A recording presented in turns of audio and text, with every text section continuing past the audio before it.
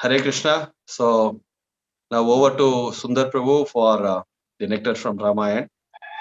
So we welcome Prabhuji by chanting the Hare Krishna Mahamantra. Hare Krishna, Hare Krishna, Krishna Krishna, Hare Krishna Hare, Hare Hare, Hare Hare Rama, Rama, Hare Rama, Hare Rama, Hare Krishna Prabhu. Yeah, Hare Krishna. Am I audible enough? Yeah, Prabhu. It's over to you, Prabhu. Hare Krishna.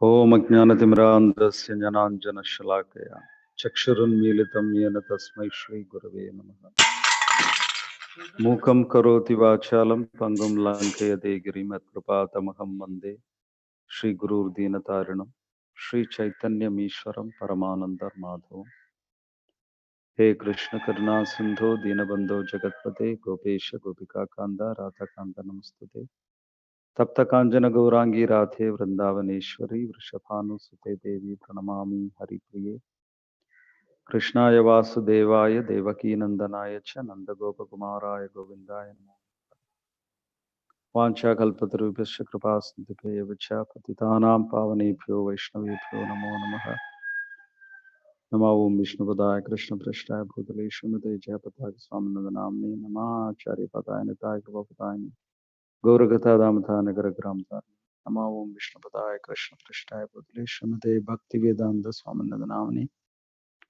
Namaste Saraswati Devi Gauravani Pracharane Naravasesha Shunyavadi Vasyati Deshatarane Jaya Sri Krishna Chaitanya Prabhu Nityananda Sri Advaita Gadadhara Shivasadi Gaura Bhakta Vrinda Hare Krishna Krishna Krishna Hare Hare Hare Ram Ram Ram Hare Hare Hare Krishna Krishna Krishna Hare Hare Hare Ram Ram Ram Hare Hare Hare Krishna Krishna Krishna Hare Hare Hare Ram Ram Ram Jai Shri Prabhupada Ki Jai Jai Shri Hari Om Tat Sat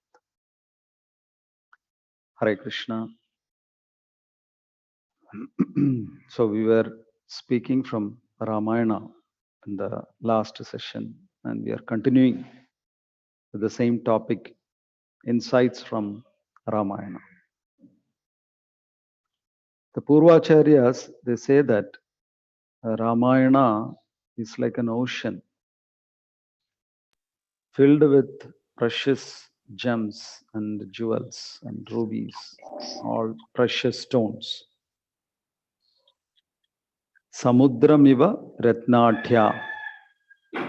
That means it's like an ocean full of Ratnas. And how many Ratnas are there within the ocean? Infinite number of Ratnas. So if someone jumps deep into the ocean and brings up a handful of Ratnas or a bag full of Ratnas or a cartload full of Ratnas, even then he cannot say that I've taken all the Ratnas from the ocean. There are still lot more left. So there is always something to learn from Ramayana. The lessons are never exhausted. And I've heard that in Esther years, they used to have Prati Shloka Ramayana classes. That means the Acharyas will speak from Ramayana based on one shloka of Ramayana. One shloka per day.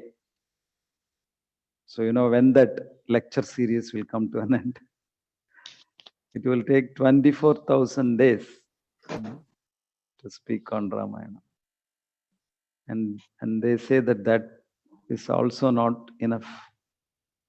There is so much more to speak. And it looks like there are around 300 different versions of Ramayana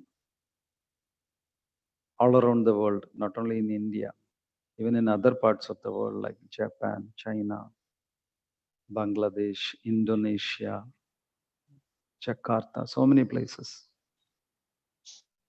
And among the 300 different versions, 72 versions are now actively read and discussed. So that is the magnitude of the treasure house of Ramayana.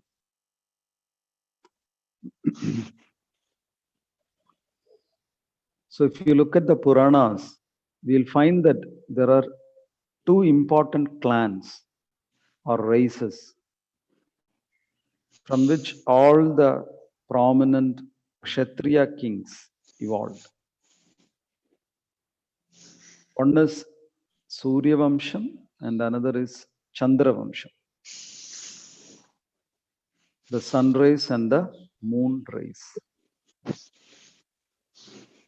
Lord Krishna appeared in the dynasty of Chandra Vamsha. And Lord Rama came from Surya Vamsha.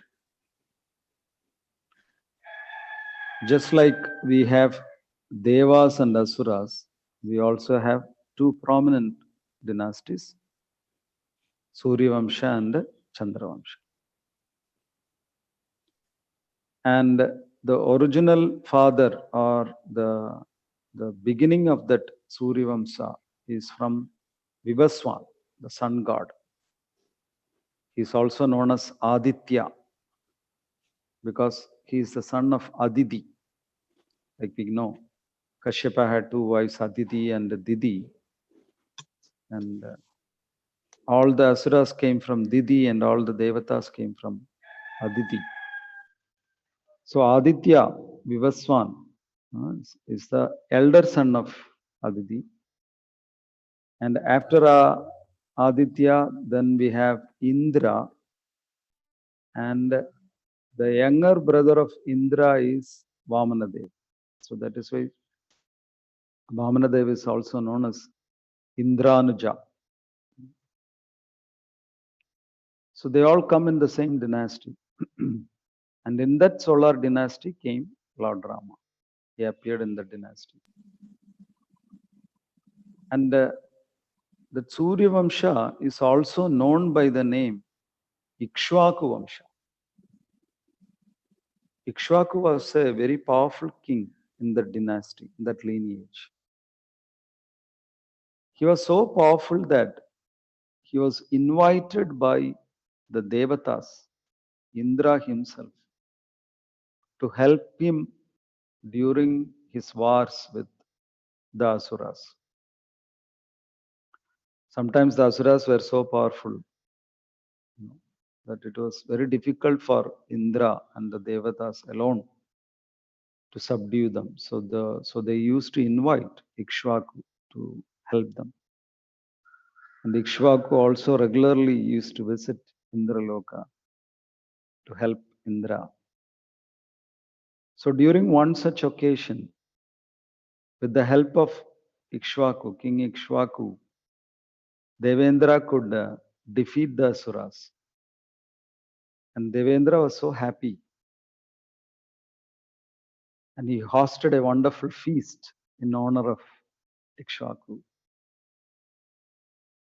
And after the feast, Indra announced to all his Devatas, his subjects, that we won today's battle because of Ikshvaku, and we are very much indebted to him.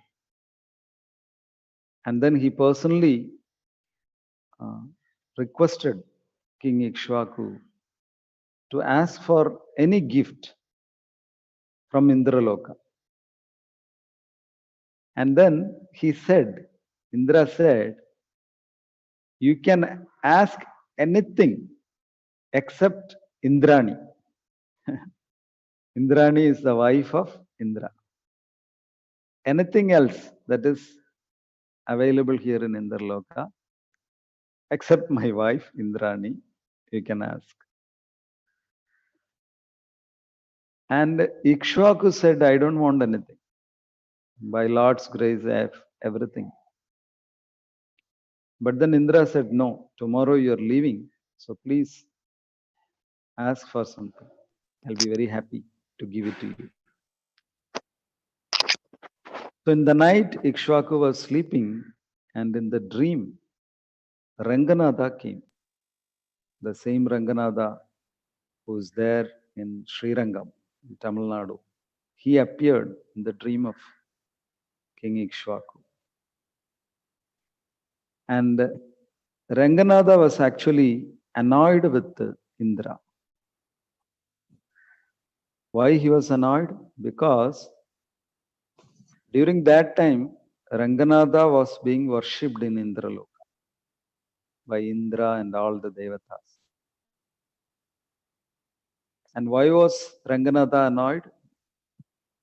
Because Indra told Ikshvaku, you can ask for anything from Indraloka except Indrani. That's what he said. He should have actually said, you can ask for anything except my Ranganatha. But instead, Indra said, ask for anything except Indrani. So that means Indra considers Indrani more valuable than Ranganatha himself. So Ranganatha was annoyed. So Ranganatha appeared in the dream of King Ikshvaku and said, you ask for me, you ask Indra to give his Ranganatha deity to you. And since the Lord himself appeared in the dream and instructed Ikshvaku, the next day Ikshvaku told Indra, if you don't mind, can you gift me your Ranganatha Swami? And Indra also happily gave the deity to Ikshvaku. So it's very important that we not only worship the deities in our homes, it is also equally important that we are very much attached to him. Many devotees have deities, Gaurnitai, Radha Krishna. But how much are we attached to them? How much do we consider them to be like our life and soul? So we should also do an introspection, like I have a deity at my home. Do I consider them the most valuable possession that I have? Do I consider them as the head of my family? Do I consider them as a very, very important person, VVIP? Or do I have anything more valuable than my deities? So Krishna is within our hearts, so he knows how much we are attached to him. So proportionate to that attachment, Krishna will also reciprocate. The deities will also reciprocate. Ye yadhamam prapadyante tam stataiva srichami. So when we have deities in our house, when we perform deity worship, it's a wonderful opportunity to bond with them, to develop a loving relationship with them. Maybe in the beginning, we may not be so attached, but then gradually our attachment should grow as we perform more and more seva to our deities.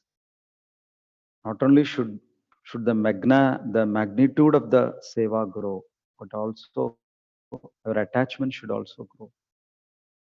Sometimes I have seen in the beginning, the deities are put in a very simple altar. But later on, devotees feel that we should have a bigger altar. We should have silk curtains. We should have a wonderful crown for the deities. We should have gold ornaments for the deities. Like that, the worship, the magnitude of the worship gradually increases. That is good, very good. That's how we should do. But at the same time, the attachment, the love we have for the deities, that should also increase.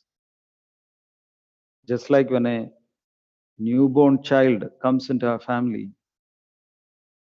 the love that we have for the child keeps on increasing as and when the days pass by. So when our love increases, then we'll experience a lot of reciprocation with the deities. We'll feel very happy to come home. Sometimes Grihasthas say, home is one place where I never want to go. We ask why? Because my wife is there. I don't feel like going back home. Many people I've seen, they spend a lot of time in the office, even though they don't have much work. But then we should be always be very, very much attached to our home. And we should feel like being at home, not because I have my wife there or kids there or my valuable possessions inside my almara. Not because of that, but because of the fact that I have my Lord at my home. So I can spend some time with my Lord. I can do some seva for my Lord. And when we have such a relationship, a bonding for the deities, they will reciprocate with you. There are so many devotees who have experience wherein the deities constantly reciprocate. And they feel very happy being at home doing seva for the deities.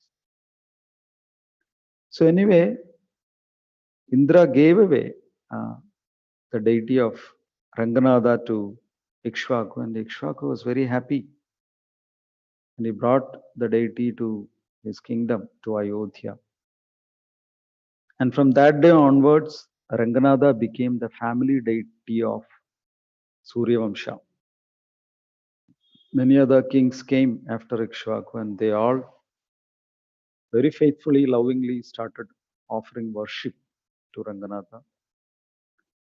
And in Ramayana, it is mentioned that when Dasharatha was there as the king in Ayodhya, there was a huge temple, a magnificent temple within the palace, wherein Lord Ranganatha was kept and worshipped.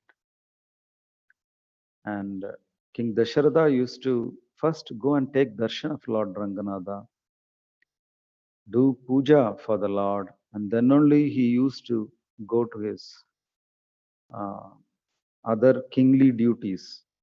So the first thing was to do seva for Ranganatha.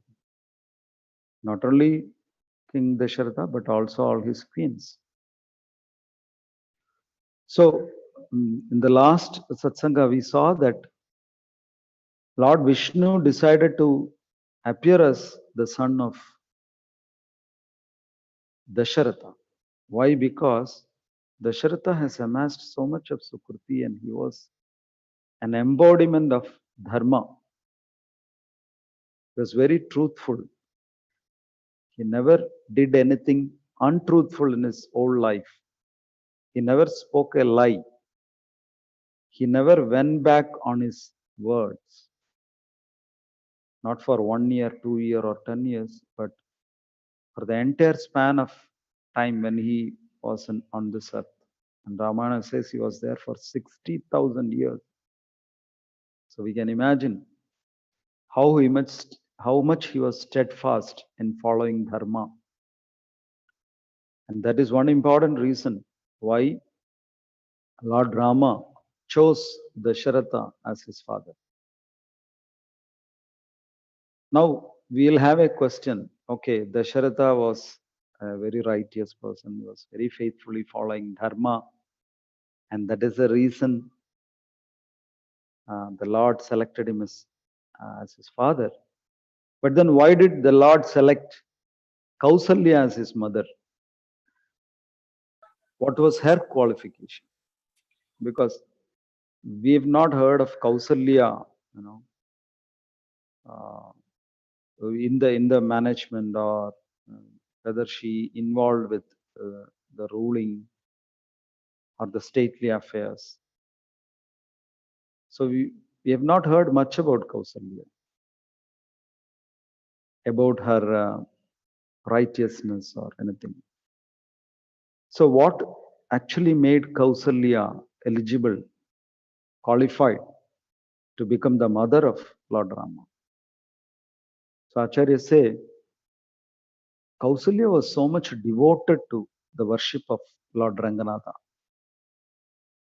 Like in the Navavidha Bhakti, we say Sravanam, Kirtanam, Vishnu Smaranam, Padasevanam, Archanam. She was so much devoted to doing Archanam, worshipping the Lord. And it is mentioned that every day she used to collect fragrant flowers, very colorful flowers, different varieties of flowers. And she used to do Archanam to the lotus feet of Lord Ranganatha.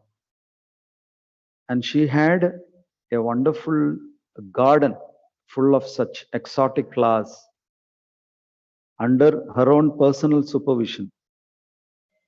And it was her seva to pluck those flowers, to make nice garlands and offer to Ranganatha. And how much ever flowers are there that she can collect for the day, she will take them, all the flowers, and she will sit by the lotus feet of Ranganatha, and she would chant the Lord's holy name, and she would offer those flowers while chanting the holy names at the lotus feet of Lord Ranganatha.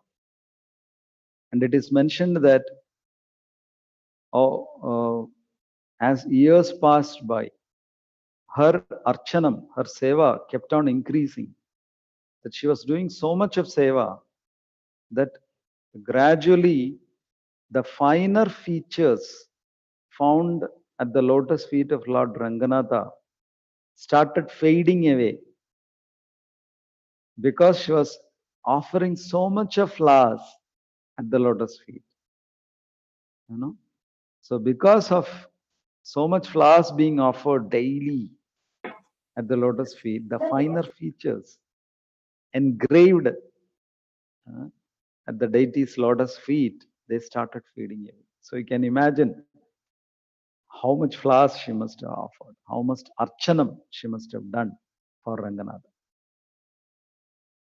So that is what made her eligible to become the mother of Lord Rama. So sometimes we feel jealousy, even towards our God brothers or God sisters. When they get a lot of recognition, when they are recognized for their service, so much books they have distributed, so much, say, life membership or so much go seva. So why do they get so much opportunity? Or even in the material world, we find some people are hugely successful in their life. So why? Because they must have done something, either in this life or in their previous lives. Without qualification, normally you won't get the blessings, whether it is in the material life or in the spiritual life. But one difference between the material life and the spiritual life is in spiritual life, it is very easy to get the mercy, to get the qualification. If you faithfully, sincerely surrender at the lotus feet of Guru and Krishna, we become qualified to receive the mercy of the Lord. In the material world, they become qualified with their own efforts. But in the spiritual world, of course, our efforts are also there. But more important than our efforts, we should also understand that I'm getting this opportunity by the mercy of Guru and Krishna. So whatever we do in spiritual life, whatever seva, whether it is big or small, actually there is nothing like big seva or small seva. It all depends on our consciousness. So whatever little, even if it is something very little, very insignificant, it's all taken a note by the Lord, and it gets accumulated, and we'll get that result very soon, and that is known as phalodayam. They call it phalodayam. Sometimes Krishna waits so that our seva gets accumulated, and he awards so many wonderful things. So Krishna, Ranganatha also became very much indebted to Kausalya. So he was thinking, she's doing so much of seva to me. How can I repay her, her seva? What can I do for her? So normally when Krishna is pleased with a devotee, he offers the devotee his own dhama. The devotee is given a place in Vaikunta or Goloka so that he can continue to offer more seva. That is considered as one of the biggest blessings that you can receive from the Lord. The Lord is very much pleased. He awards his own dhama, his own kingdom to the devotee. But Ranganatha felt that even if I give Kausalya, Vaikunta, or Goloka, or all a place in the spiritual world, I don't think it won't tally the kind of seva that she has done for so many years. So I must give her something more than simply Vaikunta. So the Lord was thinking, what should I give to Kausalya? And then he thought, I have to give myself to her. There is no other gift which can tally her seva. I'm so much indebted. So there is no other go other than to give myself to her. That's why Lord decided to select Kausalya as his mother. And Lord Rama appeared in the womb of Mother Kausalya. And it is mentioned that the womb of Mother Kausalya was so pure, so much imbued with devotion, bhakti, that even though the Lord planned initially to stay within a room like any other normal child for 10 months, he spent extra 2 months in Kausalya's womb. Normally, no one wants to spend time within womb because Bhagavatam, many other scriptures, they say how difficult it is to spend time within the womb. It is a very painful situation, being inside a mother's womb. But Lord Rama, so willingly, he was enjoying the time he was spending within Kausalya's womb because it was so pure. It was so fragrant. It was so comfortable because of her pure devotion, bhakti. And mothers know this, like when the child is very comfortable, what it will do? It will doze off to sleep, isn't it? Like when small kids, when they are given a bath, and then when they are fed with milk, the next thing that they do is they doze off. They go into a deep sleep.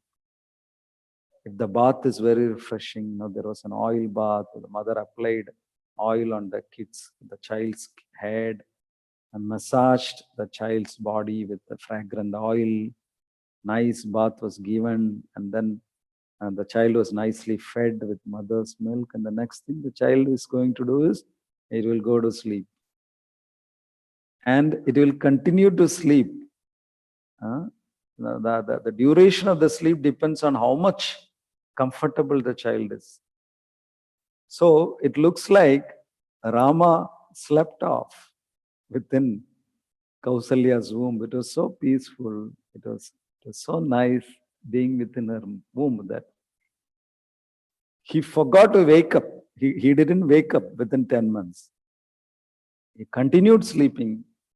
And after 12 months passed, suddenly he realized, I'm supposed to come out. I'm supposed to appear. And then he appeared from Mother Kausalya's womb. So that is the kind of devotion Mother Kausalya had for Lord Rama. And all this devotion is most of the time unsung. Many of us just know Mother Kausalya as, okay, she was the mother of Lord Rama. That's it. You don't know much about her. So there are so many unsung heroes and heroines like this in Ramayana. Another example is Urmila. She is an unsung heroine of Ramayana. So there are so many wonderful devotees like that. So sometimes we also feel that I have done so much seva, I am in the moment for so long, but then I did not get the kind of recognition that I am supposed to get. I deserve more, but I am not so much recognized. Why is it so? Sometimes we get irritated. Sometimes we feel jealous, we feel angry. And sometimes some people even leave the moment. He said, I don't get the kind of recognition that I deserve. I did so much of seva, so much of preaching, but my efforts are not properly recognized. Of course, it is very important to recognize the seva of the devotees.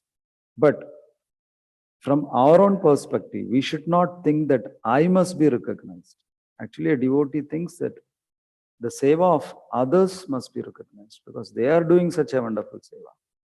When compared to their seva, my seva is nothing in front of them. That should be the attitude that we should have about ourselves. But we should be always ready. We should be always happy to recognize other devotees, even for small seva. So like this, there are so many wonderful insights from Ramayana. I think my time is up. So I'll conclude here. And I don't know if we have some time for questions. If we have some time, I think we can have a couple of questions also. Jai Shri Prabhupada ki Jai. Hare Krishna. You can take some questions, Prabhu. Yes, Prabhu.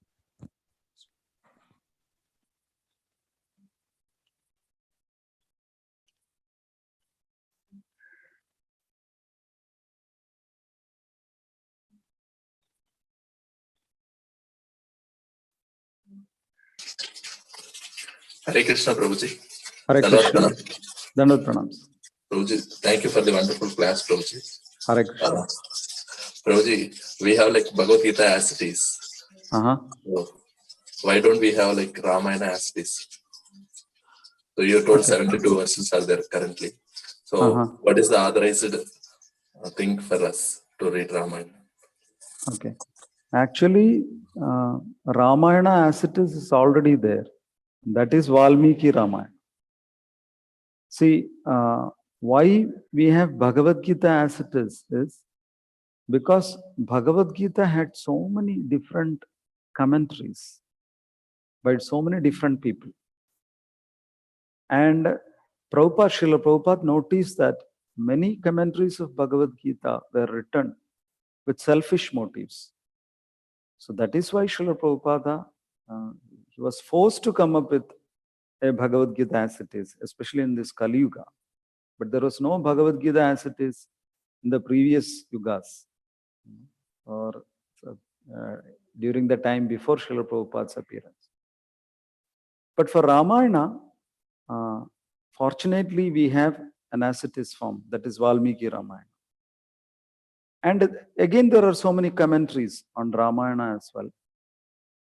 So it is always recommended that we read the original Ramayana, that is Valmiki Ramayana, at least once. And then we read the commentary so that we will understand the commentaries better. So there are so many commentaries written on Ramayana, especially by the acharyas of Sri Sampradaya. So we can always read them. And we can also listen to lectures of Ramayana from our own devotees. So many lectures are available and so many books are written on Ramayana, even within ISKCON circles. So we can also read them. And there are so many different versions of Ramayana. And what the acharyas say is, you can always talk about many instances from those versions. If it is in line with our principles, if it helps us to imbibe important, valuable lessons. And if it helps us to increase our appreciation towards Ramayana and the values imparted by Ramayana, so we can also do that under the guidance of senior devotees. Hare Krishna. Thank you very much, Prabhuji. Hare Krishna. Hare Krishna. Thank you, Sundar Prabhu. Hare Krishna. That was wonderful Bhagavatam, Ramayana class. So we are looking for more nectar in the future classes, and also we would look for more association in the future, Prabhu. So thank you, Prabhu. Hare Krishna. Hare Krishna. So we request all the devotees to kindly chant Hare Krishna Mahamantra once. Is an Hare expression of Krishna, Hare Krishna, Hare Krishna, Hare Krishna, Hare Krishna, Hare Hare, Hare Rama, Krishna, Hare Hare Hare. Rama, Hare Thank Krishna. you, Prabhu. Sundar Nityanand Thank you, Prabhu. Prabhu. Thank you. Hare Hare Krishna, Hare Krishna. Kindly convey our dandavats for Mataji. Sure. Hare Krishna. Hare Krishna. Hare Krishna.